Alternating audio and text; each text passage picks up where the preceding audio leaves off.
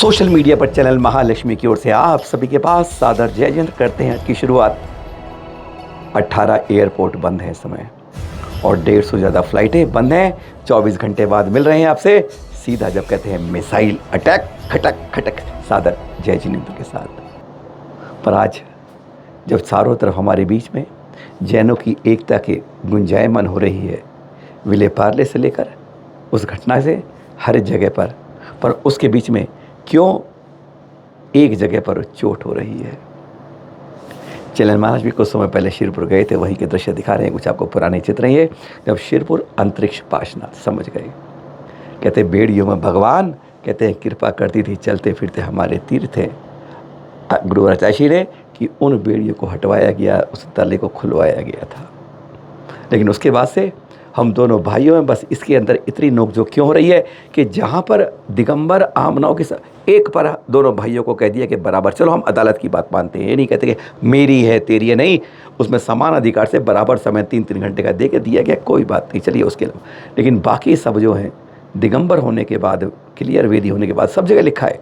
चलन महालक्ष्मी ने एक एक वेदी पर जाकर कई जगह कई ऐसे दीवारों पर, अलमारियों पर, पुस्तकालों पर, घंटियों पर, संदूकची पर ऊपर जाकर जगह जगह देखा इस शिरपुर अंतरिक्ष में।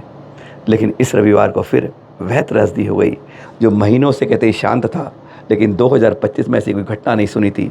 लेकिन जैसे ही 4 मई आई और फिर एक ऐसी मारपीट हुई कि दिखाते हैं क्षेत्रपाल की वेदी पर क्या किया जा रहा है। क्या वेदियों के नामों को बताया मिटाया जा रहा है?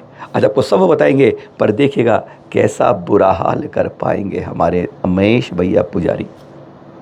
कहते हैं यहाँ पर बहुत तात्या भैया के साथ बहुत कुछ हुआ है और महेश भैया के साथ सचमुच कई बार लगता है कि कैसा हो रहा है। क्या कोई भाई भाई ठेके के भाड़े के लोगों से ऐसे पिटवा सकता है? देख रहे हैं, अस्पताल में थे 2 दिन, हम बात नहीं कर पा रहे थे, आज इंतजार कर रहे हैं उनसे बात कर पाए, आपके पास ला कर आए। हाथ टूट गया है, अब यहाँ से भी दूसरे अस्पताल में रेफ़र किया जा रहा है जो मालूम चला हमें। और साथ में आँख तो ऐसी हो गई है पकौड़ा बनकर बन गई है। कारण क्या है इसका?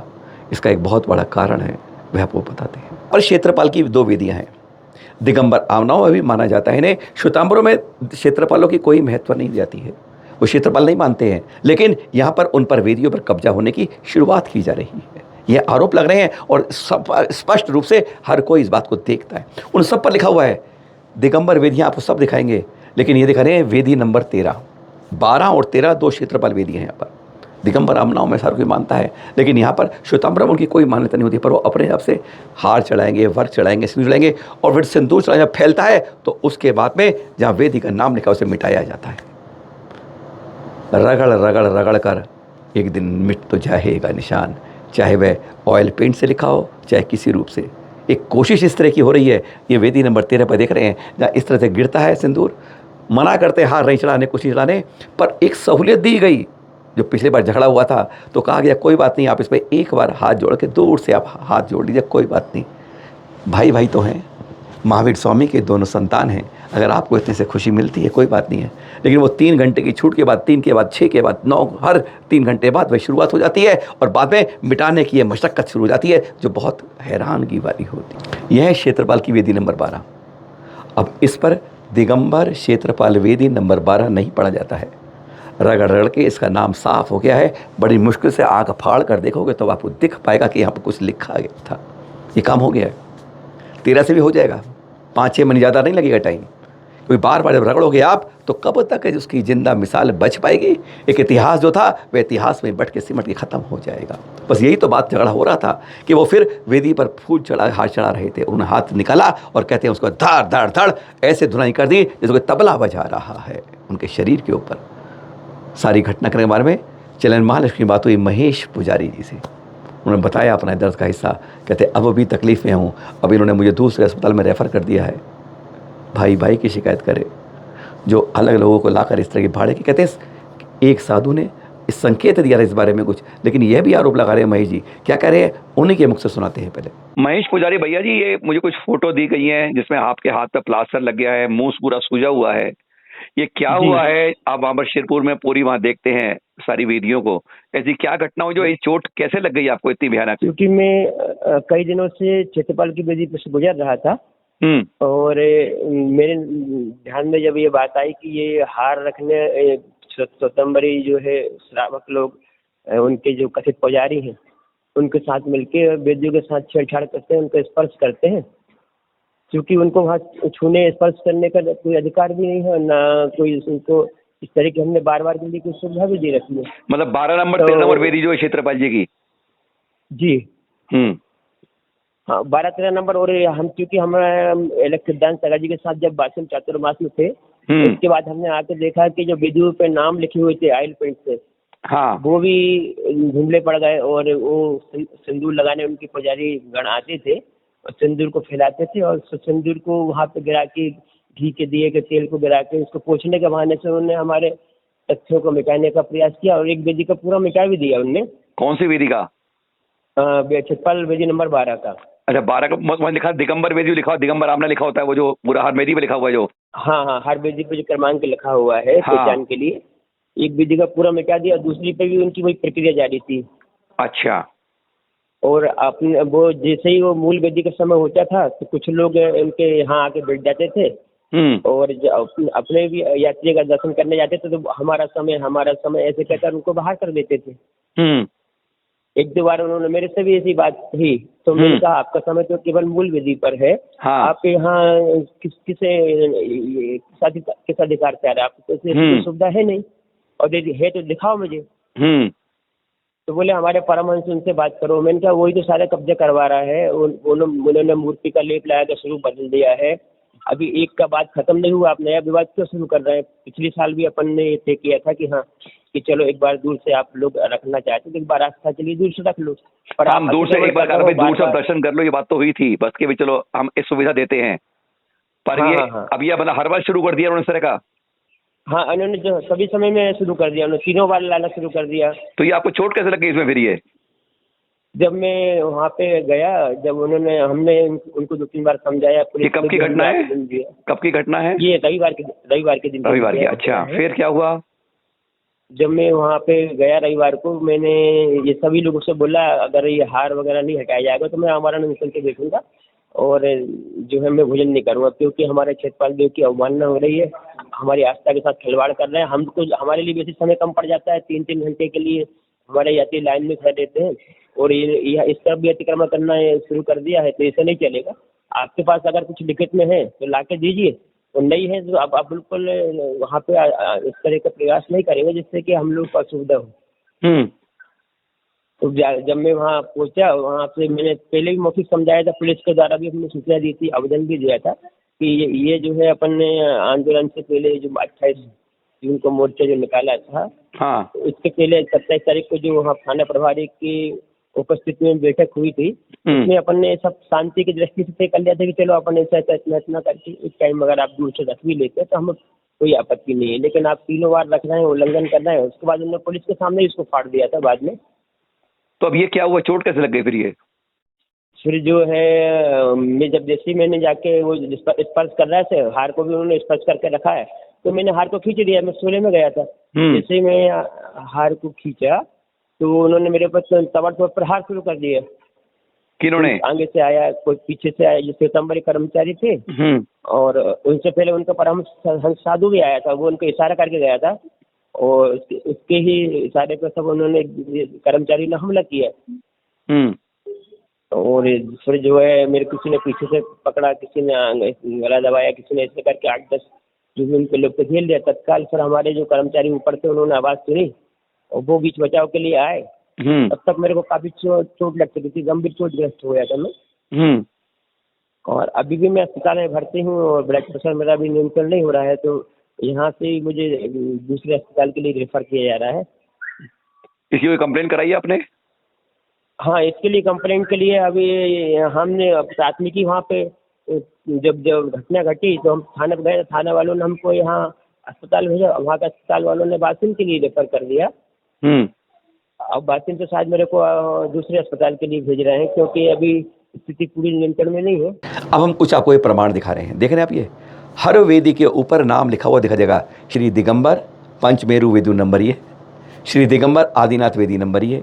इस तरह से हर वेदी पर चलन महालक्ष्मी ने खुद अपनी आंखों से जगह जगह देखा है। हर संदूक पर, अलमारी पर, हर जगह लिखा हुआ है श्री दिगंबर जैन अतिय क्षेत्र, श्री दिगंबर जैन, श्री दिगंबर, श्री दिगंबर। हर जगह आपको ऊपर एक घंटा बहुत पुराना मिल जाएगा प्राचीन, उस पर लिखा हुआ है। यहाँ पर अभी हर कोई चैनल सिर्फ दिगंबर समाज को बदलने का अधिकार मिलता है। एक पर हम भाइयों को अधिकार मिला है तो दूसरों से छेड़छाड़ी क्यों कर रहे हैं? जब हम एक होने की बात कर रहे हैं, मारपीट इस तरह कर रहे हैं कि हाथ टूट जाता है, प्लास्टर लग जाता है, बिस्तर पर पड़ जाते हैं अस्पताल में, आज भी 96 घंटे बाद करा रहे हैं, दूसरे अस्पताल में रेफ़र किया जा रहा है। नहीं समझ पा रहे, जब भाई भाई एक होने की बात करते हैं तब यहाँ पर इस तरह की गलत बात क्यों करते हैं?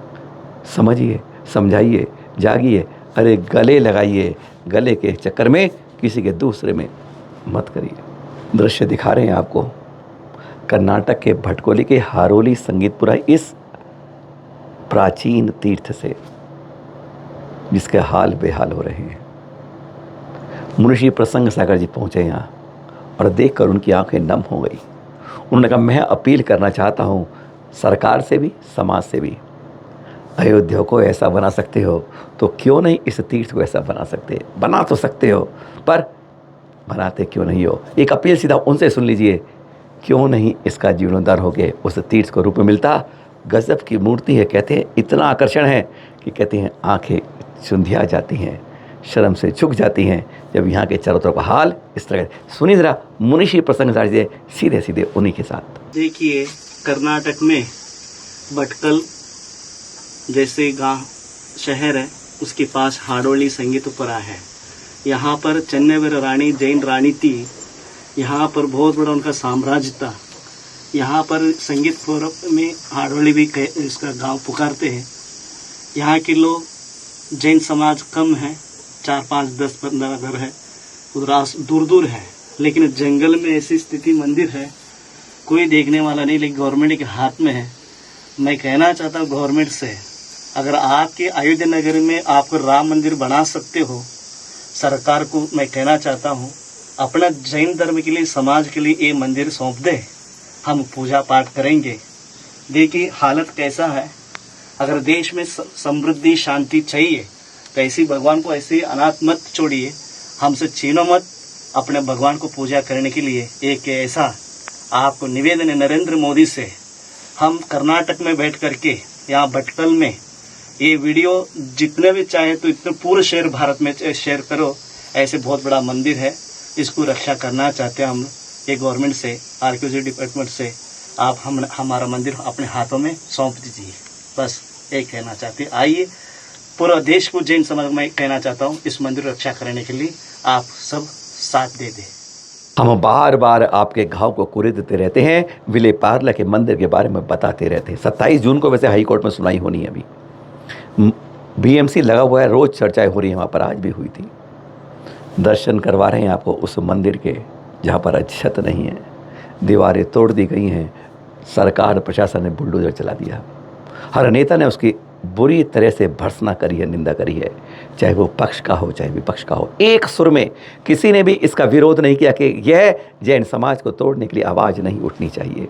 हर कोई जैन समाज के पीठ के साथ खड़ा है। अभी आपको दिखाते हैं उसके अंदर से हम अभी सांगली के जयसिंहपुरा में पंचकला चल रहा था, वहाँ पहुँच गए थे महाराष्ट्र के उप मुख्यमंत्री एकनाथ शिंदे जी। उधर सांगली के कुंडल में भी घटना हो गई, 3000 वर्ष प्राचीन मूर्ति को तोड़फोड़ कर दी गई। गजब की बात है, अभी तक कुछ सुराग नहीं मिला है। जब नाक कान पद्मावती 3 प्रतिमाओं के साथ, 4 प्रतिमाओं क्षेत्रफल के साथ, 2 पारस के साथ, 3000 वर्ष प्राचीन क्या करी गई। गजब की बात, किसी को आज तक सुराग नहीं मिल पा रहा अभी तक। उस पर एकनाथ शिंदे जी ने इसके बारे में कहा और उसके बारे में कहा, और उन्होंने स्पष्ट कहा, मराठी में समझ जाएंगे, हिंदी में, कि विले पार्ले का मंदिर वहीं बनेगा। 45 सेकंड में सुना देते हैं उनके उन शब्दों को। यह सरकार की ओर से आश्वासन है, सुनिए जरा। मी पुन्हा एकदा मनापासून धन्यवाद देतो। मगाशी राजेंद्रजी म्हणाले विले पार्ले मंदिरात जी काही घटना घडलेली आहे ती अतिशय दुर्दैवी आहे। मी तत्काळ मला जेव्हा कळलं, आयुक्तांना मी फोन केला, वापस मंदिर तिथं बनलं पाहिजे हे मी सांगितलं।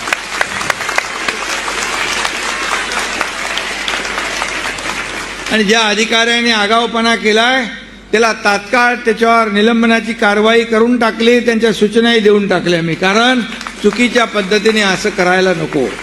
आणि म्हणून त्यांना त्याच्यात मी स्वतः लक्ष घालतोय, आणि मी जिथं लक्ष घालतो ते आपल्याला माहीत आहे, पूर्ण घालतो.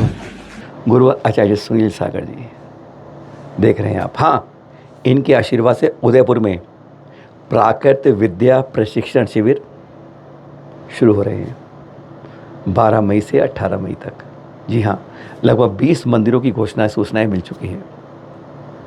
प्राकृत अब सरकार द्वारा संरक्षित शास्त्रीय भाषा दर्ज हो चुकी है, लेकिन हमें उतनी जागृति नहीं आई है.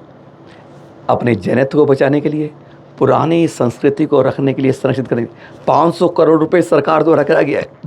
अमित शाह जी ने एक बार बताया था कि 32 लाख पांडुलिपियों को संरक्षित करना है. लगभग 3.5 लाख कर लिए हैं. जैन समाज अभी तक अपनी शुरुआत नहीं कर पा रहा है. बहुत बड़ा बजट सरकार द्वारा स्वीकृत है, पर हम कब करेंगे? इसलिए प्राकृत को पढ़ें, प्राचीन भाषा को संलग्न करें, नहीं तो कल हम भूल जाएंगे. क्योंकि जिनवाणी जो है वह मूल रूप से प्राकृत में ही लिखी गई थी. शासनकाल महावीर स्वामी का था. नैतिक शिक्षा को, संस्कार को बचाने के लिए, जैनत्व के लिए, अपने संस्कारों के लिए, प्राचीन पांडुलिपि को, पुरानी सरस्वती भाषा को, पुरानी जिनवाणी को बचाने के लिए आज प्राकृत के ज्ञान की जरूर आवश्यकता है. शुरुआत कहाँ से की थी? शिरपुर में एक एक भाई टूटते रहे थे. फिर हमने बात की थी कि कैसे संरक्षण करना चाहिए, और अब जीवंत करिए अपनी सरस्वती को. सादर जय जिनेंद्र.